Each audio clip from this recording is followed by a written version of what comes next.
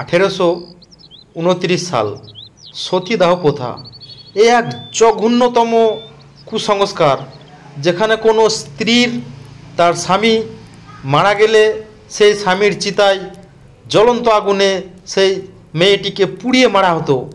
এ এক করুণ ঘটনা, যেখানে মেয়েদেরকে হত্যা করা হতো নির্মমভাবে।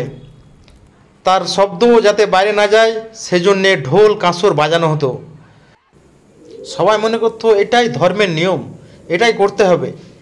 এরপরে রাজা রামমোহন রায় আসে, সকল ব্রাহ্মণকে বোঝায় যে এটা না, এটা হত্যা, এটা কোনো ধর্মের বই লেখা নেই। তারপর থেকে রাজা রামমোহন রায় একটি আইন পাস করে, যে আইনের মাধ্যমে এই সতীদাহ প্রথা বন্ধ হয়, এবং যার জন্য আমরা রাজা রামমোহন রায়কে আজও স্মরণ করি।